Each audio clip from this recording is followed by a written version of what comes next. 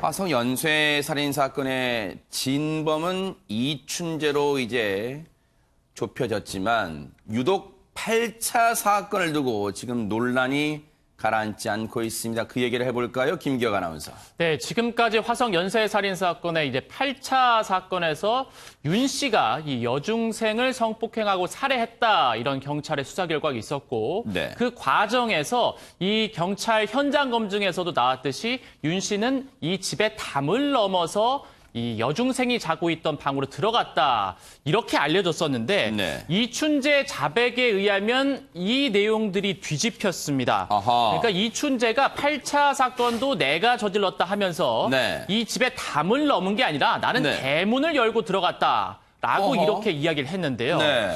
그리고 거기에 더불어서 이 또 대문의 위치, 그 피해자의 방, 구조 이런 것들을 자세히 그림을 그려가면서 자백을 했다고 합니다. 하하.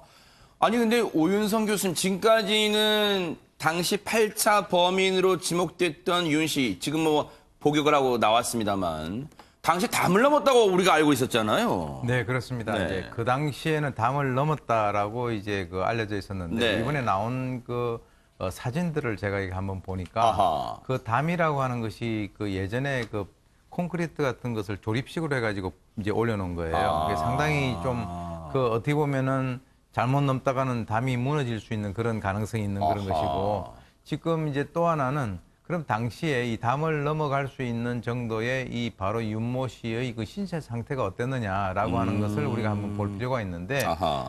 저분이 이제 걸어가는 것을 제가 찍은 그 영상을 한번 봤습니다. 봤는데 아주 이제 그 다리가 굉장히 불편하세요. 아 그러세요? 네. 예, 그래서 이제 본인은 뭐라고 얘기하냐면 그 당시 현장 검증을 할 때 본인이 그 담을 뛰어넘은 것이 아니라 담을 뛰어넘는 신용만 하고 밑에서 사람이 이렇게 받쳐줬다 이렇게 얘기를 했단 말이죠. 네네. 그러니까 지금 이제 이 윤 씨의 그 당시의 진술과 지금 이제 2019년에 이춘재의 그 자백과 네. 이 두 가지를 놓고 봤을 때 그 어떤 그 신빙성이라든가 이 합리성이라든가 이런 여러 가지 것들이 지금 훨씬 더 이제 이춘재가 얘기하는 쪽으로 가까이 가고 있고 아하. 이건 이제 경찰에서도 그걸 인정을 하고 있는 것 같아요. 네. 그리고 이제 이춘재는 범인이 아니면은 알 수 없는 정도의 여러 가지 어떤 진술을 지금 덧보태고 있는데 네. 당시에 그것이 한 2평 정도 된다라고 했는데 바로 네. 윤모 씨의 1심 기록을 보니까 2.4평으로 나와 있다. 아하. 그리고 이제 그 방의 구조라든지 그 당시에 그 짐이 놓여져 있던 여러 가지 것들을 좀 비교적 소상하게 얘기를 하고 있기 때문에 지금 이 문제가 지금 크게 대두가 되고 있는 거죠. 네.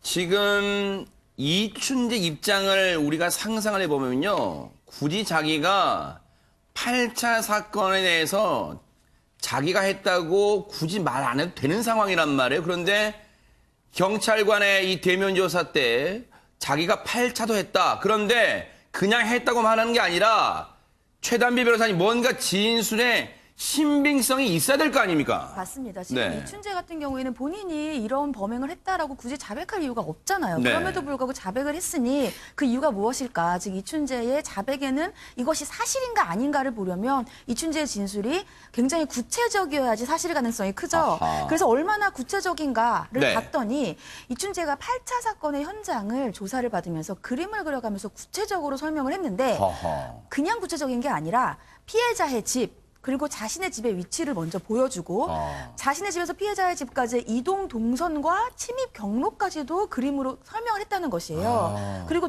집에 들어가서 범행 현장이 이제 집 안인데 네. 피해자의 방 크기와 내부 구조 아하. 또 더욱 충격적인 것이 그 피해자가 잠들어 있었던 이부자의 위치까지도 정확히 표현을 함으로써 이춘재의 진술이 단순히 상상을 했다거나 아니면 언론을 통해서 보도됐던 것만을 참고했다거나 이러할 가능성을 넘는다 이렇게 볼 수 있다는 겁니다. 야, 이게 지금 저 내용 보니까요. 보세요. 지금 앞서 우리 오윤성 교수님 설명한 부분도 지금 내용 나옵니다만 지금 이 이춘재는 당시 그 피해 여학생 집이 방의 크기가 2평 정도 된다고 했는데 실제 당시 사건 윤 씨 관련 이건 저때 이 판결을 받은 사람 윤 씨니까 윤 씨 판결문을 보면요.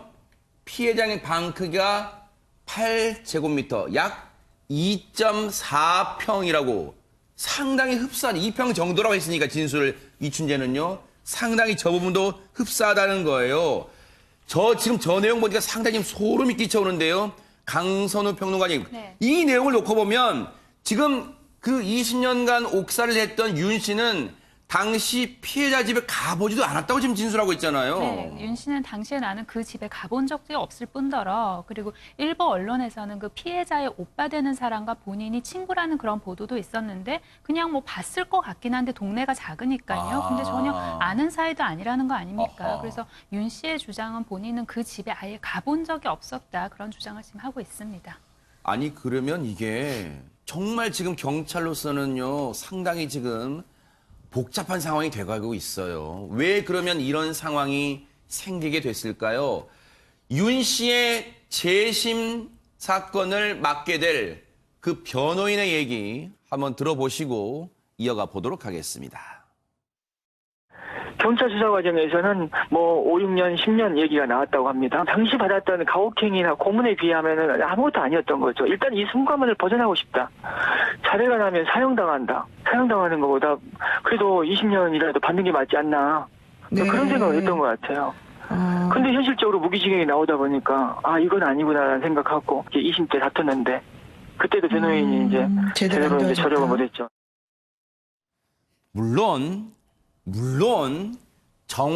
지금 정황상 윤 씨보다는 이춘재의 자백에 무게가 실리긴 합니다만 그렇다고 윤 씨가 억울하게 옥살했다 단정하기는 아직은 또 이릅니다. 그런데 오윤성 교수님, 지금 박준영 변호사 얘기를 토대로 보면 당시에 윤 씨가 경찰이 자백 안 하면 당신 사형당할 수도 있어 이 말에 움찔했다는 건데 위축됐다는 건데 이게 어떨까요? 가능성이 어떨까요? 당시 이제 그 윤모 씨가 처한 상황을 우리가 한번 살펴볼 필요가 있습니다. 네. 요즘 같으면은 불가능한데 당시에는 이제 이 윤모 씨가 이제 여러 가지 어떤 그 주위에서 조력을 받을 사람들도 없는 그런 상황에서 또 몸도 불편하고 그러니까 이제 경찰이 나름대로 이제 그런 식으로 윽박질렀을 가능성은 충분히 있다라고 봅니다.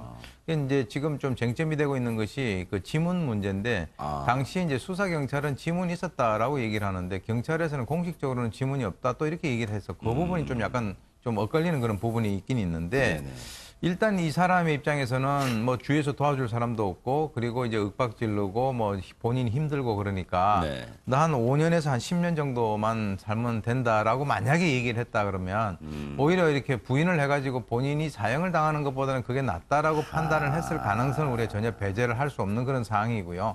그러니까 이제 이런 형태의 여러 가지 그 어떤 그 수사 과정이 뭐 2019년에는 아마 저런 생각을 하고 있는 경찰관이 아마 단 한 명도 없을 겁니다. 그런데 이제 그 당시에는 이게 전혀 불가능했다라고 우리가 보기가 어려운 것이 그 당시에 이제 여러 가지 뭐 허위 자백이라든가 이런 문제들이 있었고 또 이제 이 연쇄살인 사건을 갖다 전반적으로 봤을 때는 그 조사를 받는 과정에서 자살을 한 사람들도 한 3명 정도 그렇죠. 있었거든요. 그러니까 그런 것들이 있지 않았겠느냐라고 하는 이 개연성에 대해서는 우리가 충분히 생각을 할 수가 있는 거죠. 그러니까요. 합리적으로 좀 추정해 볼 수 있을 것 같아요. 그런데 앞서도 잠깐 얘기 나왔습니다만 그러면 이 부분을 다시 한번 짚어보지 않을 수가 없어요. 김계관 아나운서. 당시 윤 씨는 그리고 당시 사건 기록에는 윤 씨가 담장을 뛰어넘었다 그랬고 실제 현장 검증에서 담장 뛰어넘는 걸 했잖아요. 이거 그럼 어떻게 설명할 거예요, 이거는요? 그러니까 이제 윤 씨는 이렇게 이야기를 하고 있습니다. 내가 직접 담을 넘은 게 아니다. 나는 넘는 신용만 했을 뿐이다. 허허. 그리고 그 당시에 또 이거 시골집 담들이 이게 탄탄하지 못하고 흔들흔들 거렸고 그 집의 담도 실제로 좀 흔들거렸다는 그게 거예요. 오윤성 교수님 아까 설명한 맞네요. 맞습니다. 네. 그래서 어쨌든 본인도 다리가 불편하기 때문에 내가 직접 넘을 수 있었던 거는 이 당시에 경찰관들이 도와줬기 때문에 넘어갈 수 있었다는 거고. 이 형사들이 이게 발을 받쳐준 거예요? 예, 맞습니다. 뒤에서 받쳐줬다고 해요. 그리고 실제로 그냥 내가 내 힘으로 이 담을 넘었다면 이 담이 무너져서 같이 떨어졌을 것이다. 담도 무너지고 나도 떨어졌을 것이다. 이렇게 주장을 하고 있습니다. 그리고 또 이 현장 검증 자체가 경찰이 각본을 짜놓은 것이다라고 주장을 하고 있고. 각본이라는 표현까지 써요? 예. 어쨌든 뭐 구체적으로 그 당시에 어떻게 나에게 지시를 했는지 기억은 나지는 않지만 내가 세뇌를 당했던 것 같다. 세뇌까지. 예. 나도 겁을 먹어서 허위 진술을 하게 되더라. 이렇게 이야기를 하고 있습니다. 아니 그러면 오윤성 교수님 당시 수사 기록에는 윤 씨가 담을 넘어서 침입했다. 이 내용 그럼 어떻게 나오게 된 거예요?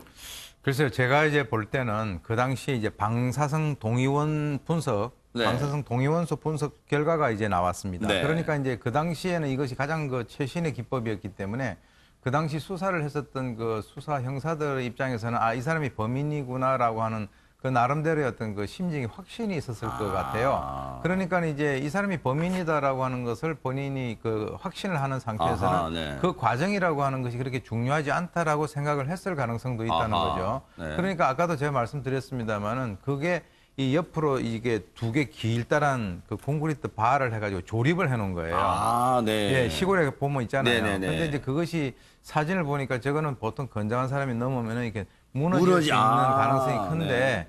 그 당시에 만약에 이 경찰관들이 지금도 이제 그렇게 얘기들을 하고 계세요. 그분들이 네. 그거는 과학적인 증거가 나왔기 때문에 우리는 고문을 할 이유도 없다라고 얘기를 하는데 또 반대로 우리가 생각을 해보면은 명백한 과학적 증거가 나왔는데도 불구하고 본인이 부인을 하기 때문에 더 혼을 냈었을 가능성도 우리가 배제를 할 수가 없다는 거죠. 이 지금 고문 부분도 최단미 변호사 지금 말이 있으면 서로 달라요, 양측이요. 그렇죠. 지금 이 윤 씨 같은 경우에는 나는 그 당시에 강압 수사를 받았다. 그래서 앞서서 이제 김기혁 아나운서께서 말씀해 주셨지만 겁을 먹어서 세뇌도 당했고 그래서 허위 자백을 했다. 이렇게 얘기를 하고 있는 반면에 그 당시에 수사관들은 앞서서 오윤성 교수님이 말씀하신 것처럼 보통은 그 당시에 이제는 당연히 그 당시에도 안 했어야 되는 일이지만 이런 강압수사라든지 고문을 하는 것은 자백 이외에는 다른 증거가 없을 때 자백이라도 받아내기 위해서 하는 건데 그 당시에 우리는 방사성 동위원소에 따라서 이 채모라는 증거도 있었고 국가수에서 감정 결과도 받았기 때문에 굳이 이렇게 자백까지 필요가 없었다. 또 고문을 할 이유가 없었다라고 주장을 하고 있어요. 그런데 네. 지금 이제 이춘재가 8차 범행이 내 범행이다라고 밝히고 있고 구체적으로 진술까지 하고 있으면 이 윤 씨가 진범이 아닐 가능성이 굉장히 높아지잖아요. 아하. 그러면 윤 씨가 진범이 아님에도 불구하고 내가 이러한 범행을 했다라고 말할 아무런 이유가 없는데 그러네요. 그럼 이렇게 말했을 이유는 무엇일까? 그렇다고 역추적을 해본다면 어떠한 강압적인 부분이 분명히 있었지 않았을까? 이런 가능성이 높아지고 있는 부분입니다. 그러네요. 또 그런 합리적 추정도 가능할 것 같아요. 그런데요, 여기서 이 내용 한번 들어봐야 될 것 같아요. 지금 윤 씨의 이 재심 사건에 또 다른 합류한 변호사가 있어요. 김칠준 변호사인데요. 이 김칠준 변호사가 누구니 간략하게 설명드리면 화성 연쇄살인 사건에 총 10건이 있었잖아요. 2차와 7차 사건에 억울하게 용의자로 몰렸던 사람을 변호해서 무죄를 받아냈던 그 변호인이에요. 김칠준 변호사는 이 사건을 어떻게 보고 있는지, 재심 관련해서요. 어떻게 보고 있는지 들어보시고 이어가 보도록 하겠습니다. 뭐 대부분의 다른 용의자도 마찬가지지만 좀 이 시대의 전형적인 서민들입니다. 중소기업 다니거나 뭐 무직자이거나 취약계층인 것이고요. 따라서 이분들이 이런 연쇄살인 범인으로 지목되기 쉬웠고 지목돼서 수사를 받을 때 논리적으로나 지적으로나 경제적으로 자기 자신의 방어를 제때 할 수 없는 사람들이었었습니다. 이 조건은 아마 다른 용의자들도 대부분 다 비슷할 겁니다. 강선우 평론가님, 김칠준 변호사의 얘기는 요즘 사회에서는 이런 얘기가 많이 이제 설득력이 약하겠지만 당시에는 법률적 조력을 제대로 못 받는 취약계층, 사회적 약자라는 걸 강조하고 있네요. 네, 그 당시 이제 그 범인으로 몰렸던 용의자로 몰렸던 사람들의 상당 계층이 이제 사회적 약자 계층이었다는 겁니다. 예를 들면 정신적으로 이제 지적 장애가 있거나 네. 아니면 신체적으로 장애가 있고 그리고 또한 환경 또한 불우하거나 이제 그런 사람들을 주로 대상으로 했다는 건데요. 네. 그러니까 공권력이 잘못 사용되어질 때 불법적으로 향할 때 가장 피해를 보는 게 이제 사회적 약자 계층이 많은데요. 그러니까 이 사회적 약자 계층은 주변에 일단 도움을 받을 수 있는 그런 자원도 없지 않습니까? 그럴 뿐더러 예를 들어서 용의자는 아니면 범인으로 지목된 다음에 아니라는 게 판명이 나고 나서도 본인들이 아니었다는 걸 소명하고 알릴 수 있는 그런 자원 또한 또 적은 사람들이죠. 그렇네요. 그러면 김기혁 아나운서, 실제로 당시 윤 씨는 글쎄요, 어떤 가정 환경이랄까요?